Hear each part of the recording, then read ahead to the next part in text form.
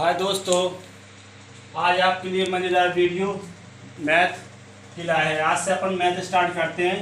पहला चैप्टर संख्या पद्धति। संख्या पद्धति में कुछ शब्द रहते हैं जो उसके बारे में आज अपन जानेंगे। जो पार्ट मैथ का फर्स्ट है, तो अपन नंबर सिस्टम में अब जानते हैं। जैसे कि पहले सबसे पहले क्या होता है, संख्या। संख्या क्या होती है?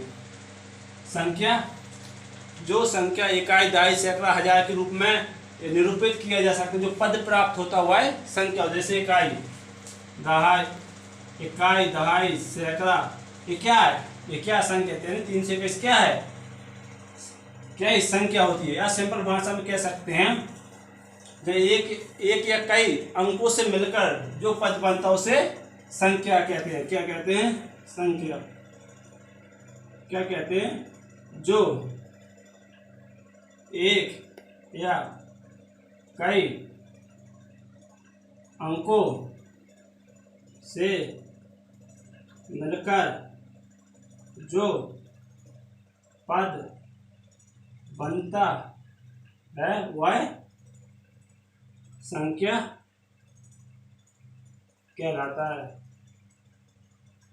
क्या कहलाता है? संख्या कहलाता है। जैसे कि एक अंक, 2 अंक, क्या है? 11 हो गया। अंकों से मिलकर क्या होता है? संख्या बनती है। तो 11 हो गया, जैसे 1 हो गया, यहाँ पे 1 लिख दिया तो क्या हो गया? 21 हो गया। अब अंक क्या होता है? संख्या की सबसे छोटी इकाई को अंक कहते हैं। जैसे 1 अंक है, 2 अंक है, 5, 6, ये क्या है? अंक है। तो क्या संख्या की सबसे छोटी इकाई को अंक कहते हैं। अपन ने संख्या और अंक के बारे में जाने। अब जानते हैं कि संख्या कौन कौन सी होती है नंबर सिस्टम में।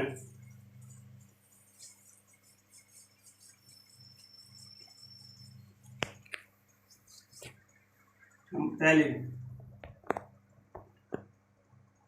प्राकृतिक संख्या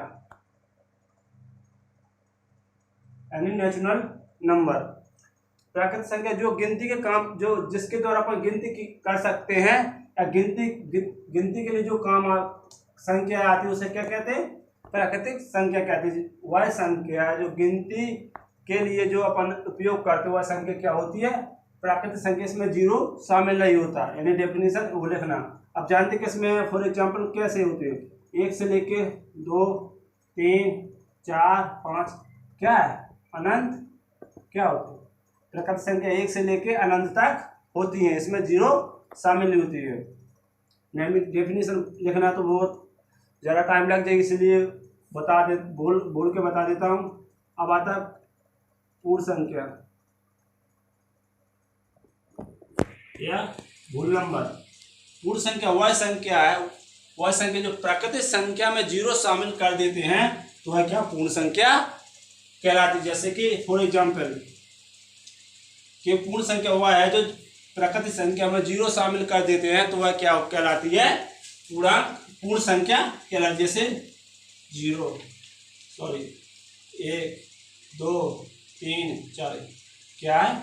अनंत तक होती है पूर्ण संख्या। जीरो प्राकृतिक संख्या में जीरो शामिल कर देते पूर्ण संख्या बन जाती है। तीसरी है क्या? पूर्णांक।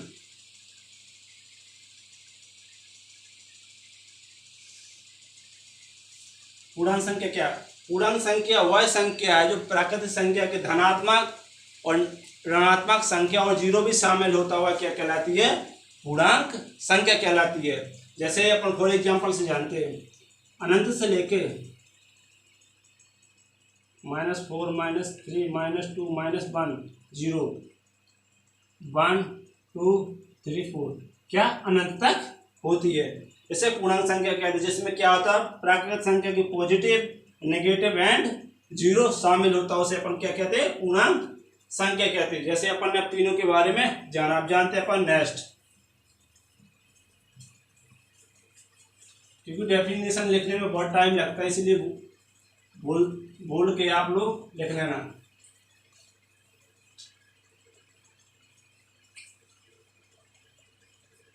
अब भाज्य संख्या। इसे अपन क्या यौगिक संख्या भी बोलते हैं और संयुक्त संख्या बोलते हैं। इसे इंग्लिश में क्या बोलते हैं, कंपोजिटिव नंबर। भाज्य संख्या क्या है, भाज्य संख्या वह संख्या है जो एक के अलावा अन्य किसी से भी विभाजित हो सके और अभाज्य गुणनखंड भी हो सके, उसे क्या बोलते हैं, अभाज्य संख्या बोलते हैं। अभाज्य संख्या क्या है, वह अभाज्य संख्या वह संख्या जो एक और स्वयं तथा अन्य किसी संख्या से भी विभाजित हो जाती हुआ क्या भाज्य संख्या। जैसे कि फॉर एग्जाम्पल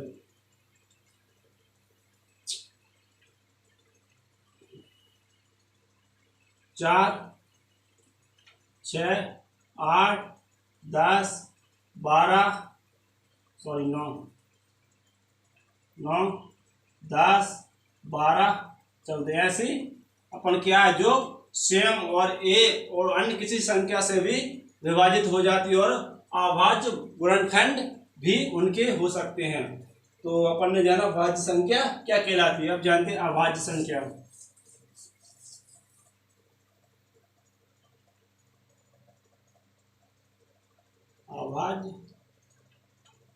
अभाज्य संख्या इसे क्या बोलते हैं, प्राइम नंबर, इसे रूट संख्या भी बोलते हैं।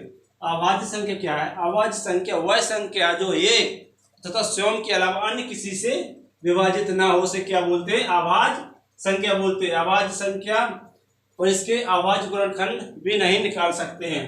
तो अब जानते हैं कि अभाज्य संख्या के जैसे फॉर एग्जाम्पल 2, 3, 5, 7, 11, 13, 17, 19, 23, 29, 31, 37, 41, 43, 47, 53, 59, 71, 73, 79, 83, 87 और 97। ये क्या 1 से लेके 100 तक कितनी है, 1, 2, 3, 4, 5, 6, 7, 8, 9, 10, 11, 12, 13, 14, 15, 16, 17, 18, 19, 20, 21, 22, 23, 24। एक कौन बची रह गई, 83 और 89 और 97। ये क्या 1 से लेकर 100 तक अभाज्य संख्या है। तो अपन ने जाना कि अभाज्य संख्या क्या कहलाती है और अभाज्य संख्या 1 से लेकर 100 तक कौन कौन होती है। तो अब इसके बारे में अपन कुछ महत्वपूर्ण बिंदु भी जानते हैं।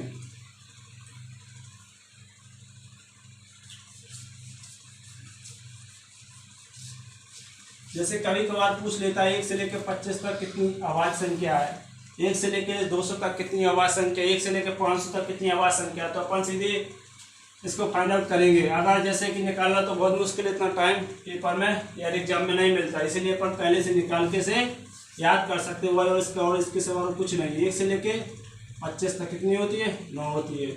1 से लेके 50 तक 15 होती है। 1 से लेके 75 तक 21 होती है। 1 से लेके 100 तक 25 होती है। 1 से लेके 125 तक 30 होती है। 1 से लेके 150 तक 35 होती है। 1 से लेके 175 तक 40 होती है। 1 से लेके 200 तक 46 होती है। 1 से लेके 300 तक 62 होती है। 1 से लेके 400 तक 78 होती है। 1 से लेके 500 तक 95 होती है। 1 से लेके 1000 तक 168 होती है। तो अपन ने जाना 1 से लेके 25 तक, कोई भी कहीं पेपर पूछे 1 से लेके 50 तक कितनी होती है, 35 होती है। अपन आराम से बता सकते हैं, इसको स्क्रीनशॉट ले ले, ऐसे रफ में नोट कर लेना। तो अपन ने जाना कि ये संख्या कहाँ से कहाँ तक कितनी होती है, क्योंकि इसे उसे निकालना तो बहुत कठिन पड़ जाता है, इसीलिए पहले से निकाल के से याद करना। अब जानते हैं कि अभाज्य संख्या की पहचान कैसे करते हैं।